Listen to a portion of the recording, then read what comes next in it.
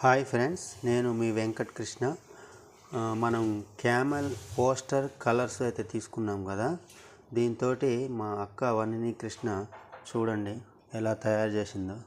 Christmas తాత చాలా బ్యూటిఫుల్గా తయారు చేసింది. కింద గ్లాస్ తోటి ఇవన్నీ ప్లస్ ఇవి కూడా చూడండి.